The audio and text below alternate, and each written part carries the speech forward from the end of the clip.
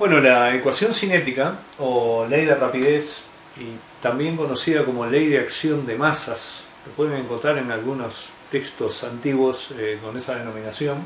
Nosotros por comodidad vamos a llamarle o ecuación cinética o ley de rapidez de manera indiferente, pero sepan que ley de acción de masas, que en algunos textos incluso de biofísica, de Facultad de Medicina, sigue apareciendo con ese nombre, es una expresión matemática que tiene la virtud de permitirnos calcular la rapidez de una reacción para una concentración dada de sus reactivos. O sea, conociendo las concentraciones de los reactivos en un momento dado, poder determinar cuál es la rapidez, sería la rapidez instantánea para esas concentraciones. O sea, no incluye el tiempo, pero a partir de la concentración puedo conocer la rapidez. ¿De acuerdo? Entonces, para eso vamos a complicar un poquito la expresión genérica esa que habíamos usado para una reacción química, para una ecuación química de una reacción determinada. Vamos a suponer que una reacción ocurre entre una cantidad química A moles de la sustancia A, que reaccionan con B moles de la sustancia B para producir C moles de la sustancia C. Ahí tendríamos A, B y C minúsculas, serían los coeficientes estequiométricos. Eso pueden variar de acuerdo a la manera en que hayamos ajustado o igualado la ecuación. Y A, B y C son respectivamente A y B los reactivos y C el producto de esta reacción hipotética. A nosotros nos interesan los reactivos. O sea, estamos estudiando qué es lo que pasa en función de estos señores que llamamos reactivos. Y sabemos que la concentración de esos reactivos va a determinar la rapidez de reacción. ¿En qué consiste averiguar la ecuación cinética? Bueno, ver cómo las concentraciones de estos reactivos afectan la rapidez de reacción, y no solamente cómo la afectan, sino cuál es el valor de la rapidez de reacción para determinada concentración de A y para determinada concentración del reactivo B. Podemos suponer, no es nada aventurado, es en principio bastante obvio, después vamos a ver que esa suposición puede tener matices, que la rapidez de reacción, la rapidez R, rapidez de reacción instantánea en un momento dado, es proporcional a la concentración del reactivo A.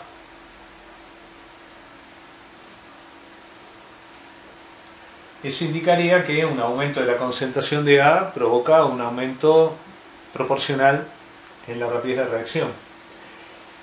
Para darle margen, porque sería muy lineal la relación, ¿no? O sea, una duplicación de la concentración de A provocaría una duplicación de la rapidez, una reducción a la tercera parte reduciría a la tercera parte de la rapidez. Sería una relación lineal, ¿verdad? De proporcionalidad directa, más que lineal. O sea, una concentración cero provocaría una rapidez cero, lo cual es bastante obvio. Pero como en realidad la experiencia nos dice que la proporcionalidad no es directa siempre, o sea, puede serlo, pero no siempre lo es, existe un exponente al que deberíamos elevar a la concentración de A para que la relación de proporcionalidad quedará satisfecha. Vamos a llamarle a ese exponente alfa. O sea que la rapidez de reacción con respecto al reactivo A es proporcional a la concentración de A elevado a un exponente que no conocemos, que llamamos alfa. Este alfa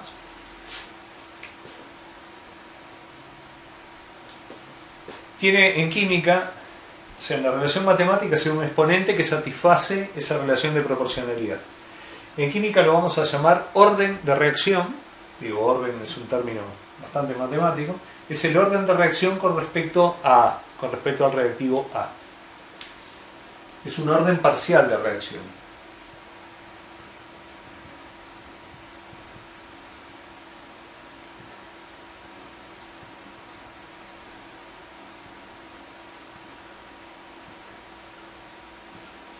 sea, con respecto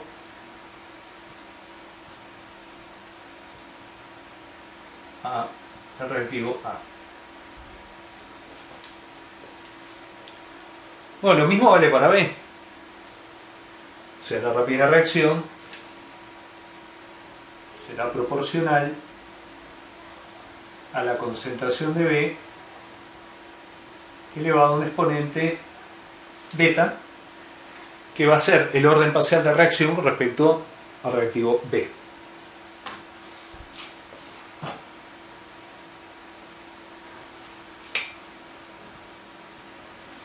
Capaz que con este verde no lo ven. Vamos a usar este, es el que funcionó porque ya vi los videos anteriores. Orden parcial de reacción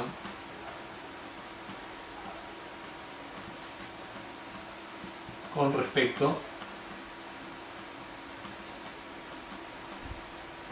al reactivo B.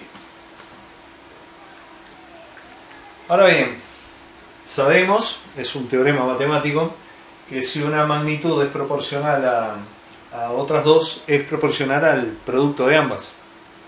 Quiere decir que de esta relación de proporcionalidad parcial con respecto a A y con respecto a B, podemos concluir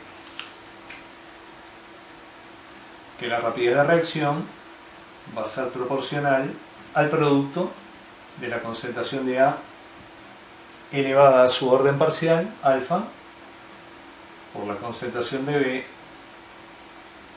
elevado a su orden parcial, beta. Y como toda relación de proporcionalidad se puede convertir en una igualdad encontrando una constante de proporcionalidad adecuada, vamos a dar un paso más y a decir que la rapidez de reacción va a ser igual, no ya proporcional, sino igual, a una constante K multiplicada por la concentración de A elevado a la alfa y por la concentración de B elevado a la beta. O sea, esa constante surge si conozco, si tengo maneras de determinarlo experimentalmente, si conozco cuáles son las concentraciones de A y de B y conozco la rapidez, encontré la manera de medirla, conociendo los órdenes de reacción, paso dividiendo y obtengo el valor de la constante de proporcionalidad. Bueno, esto que nos quedó acá, así, bastante humilde como expresión matemática, esto es lo que se conoce como ley de rapidez. Esta es la ley de rapidez para esta reacción hipotética. Ley de rapidez. Y el objetivo de buena parte de las determinaciones experimentales y de algunos problemas a los que nos vamos a ver enfrentados es encontrar a partir de datos experimentales propios o obtenidos a partir de alguna otra fuente, poder llegar a la ley de rapidez, o sea, determinar el valor de alfa, el valor de beta y el valor de la constante, de tal manera de que a partir de esos valores encontrados, que son válidos para la reacción en ciertas condiciones, pero enseguida vamos a ver, poder calcular cuál sería la rapidez de esa reacción para concentraciones dadas de A y de B. Bien,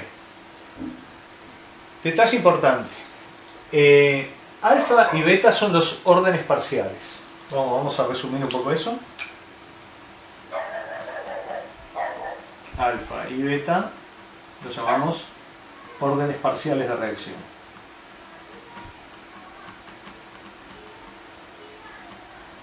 Órdenes parciales. Si queremos conocer el orden total de reacción, es la suma de los órdenes parciales. A veces es útil conocerlo. Alfa más beta es el orden total. Orden total. de reacción. Bueno, las concentraciones de A y de B ya no tenemos por qué explicitarlo porque ya saben que A, sustancia entre paréntesis recto, sustancia entre paréntesis recto son las respectivas concentraciones. R es la rapidez instantánea para determinadas concentraciones, y K, la constante, recibe el nombre de constante específica. Un poco contradictorio. Constante específica. ¿Cómo una constante puede ser específica? Las constantes deberían ser generales. Bueno, es cierto, ustedes están mal acostumbrados por física, que una constante tiene siempre el mismo valor. Yo que sé, la velocidad de la luz en el vacío es la velocidad de la luz en el vacío. La constante de Planck es la constante de Planck. La constante de Faraday es la constante de Faraday, vale siempre lo mismo.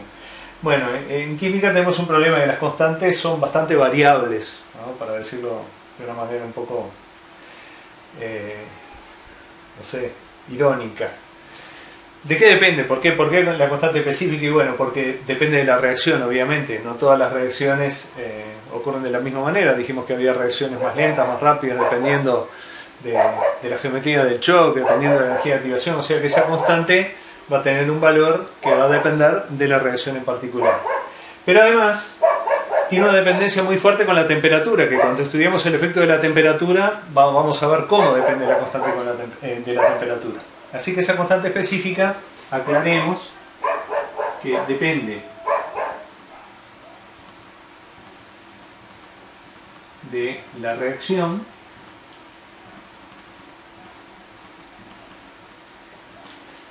y depende de manera muy importante, es muy sensible a los cambios de temperatura. Depende de la temperatura.